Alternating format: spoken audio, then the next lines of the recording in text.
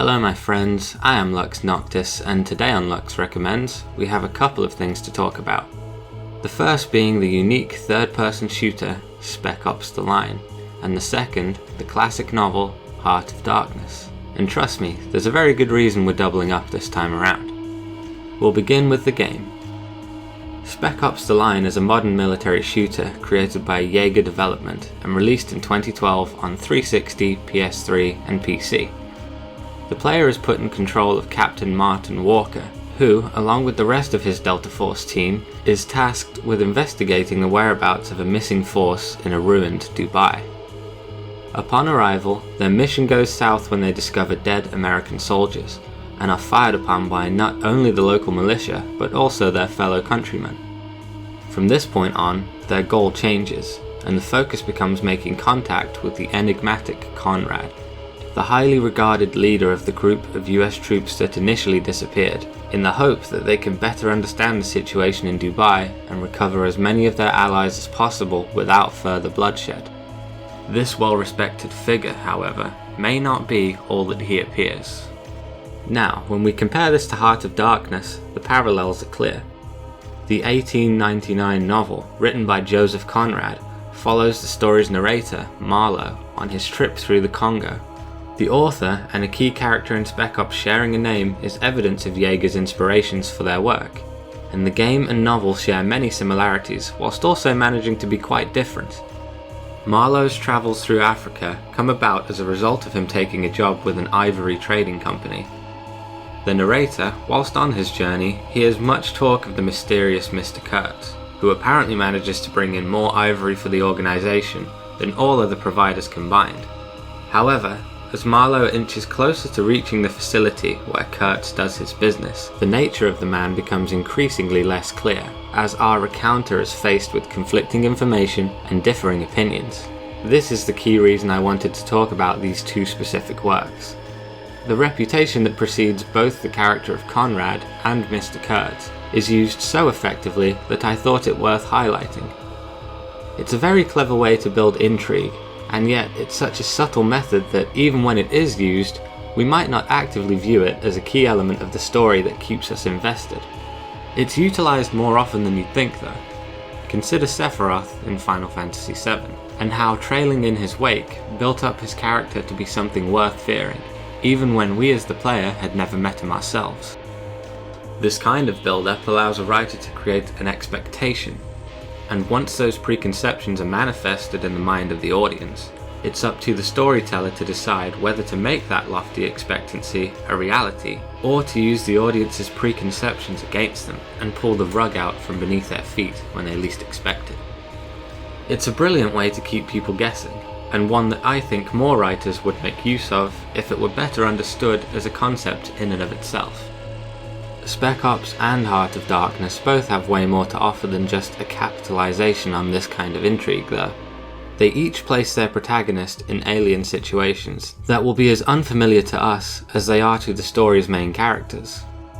Despite it being a few years old, Jaeger's vision of a post-disaster Dubai is still striking, and is so outlandish as a spectacle that it comes across as almost dreamlike. The rivers and jungles of the Congo in Joseph Conrad's book are written as so dense and foreboding that it's hard not to feel uncomfortable with the thought of being there yourself.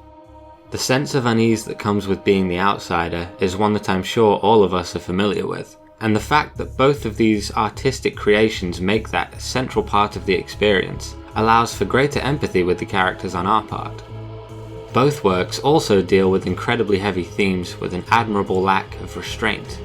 The Line very quickly strips away any notion that it's just another glorious war fantasy, produced with the aim of empowering an audience almost entirely unfamiliar with the true horrors that come with mass human conflict. In a world of shareholders, sales figures, and Metacritic-reliant developer bonuses, this is nothing short of brave on the part of the developers. It defies expectation in unsettling ways, consistently raises questions, and puts the player in situations that are far removed from the overblown action and explosions of something like the modern-era Call of Duty series. As Spec Ops deals with war, Heart of Darkness deals with race. It's unapologetic in its portrayal of the harsh realities of the trade that it depicts, and in its description of the so-called natives, as well as how they are treated. Thankfully, it's not all one-sided, outrage-baiting stuff. There's subtlety to it.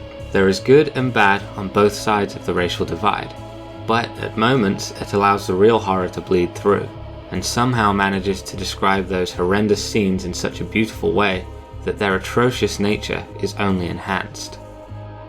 Take, for example, this short passage in which Marlowe stumbles upon an area full of the malnourished slaves, being made to work to the point of collapse, and even death.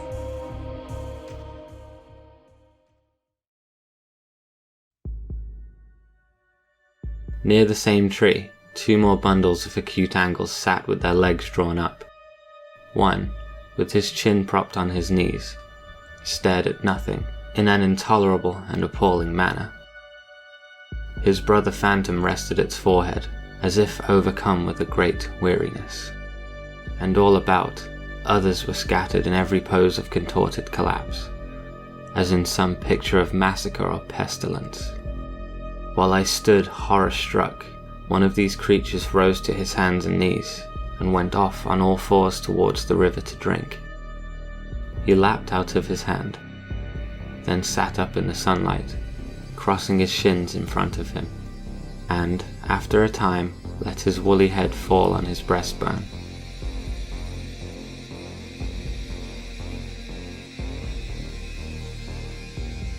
These dehumanized figures are unironically referred to as savages by some of the other characters in the book, and with scenes like this describing their suffering in such vivid detail, introspective questions of morality are unavoidable. So too will similar questions arise throughout your time with Spec Ops, but I feel to say more about either of these 2 stories would be to begin revealing too much. Be sure to keep an eye out for the details if you play though. There's a reason for all the little things, from the graffiti on the walls to the increasing brutality of the executions, and even the fact that this injured, helpless state of being has been implemented in the first place. Personally, I'd suggest playing the line first, if you intend to dive into both the game and the book, purely because it's a greater time investment, so going in completely blind is preferable. Heart of Darkness is a relatively quick read, so even if the game introduces you to a lot of the same concepts, it won't be a slog to read through it after the fact. I could talk about these 2 all day, but these videos are intended to be a brief introduction and recommendation, so I'll bring this to a close. I'm considering doing a Let's Play of Spec Ops on my gaming channel for anyone who maybe can't get the game for themselves and wants to see an LP where the story is the focus. So if that happens to interest you, let me know in the comments below. Honestly though, if at all possible, I suggest that you go ahead and dive in yourselves. All you need to do is keep heading down.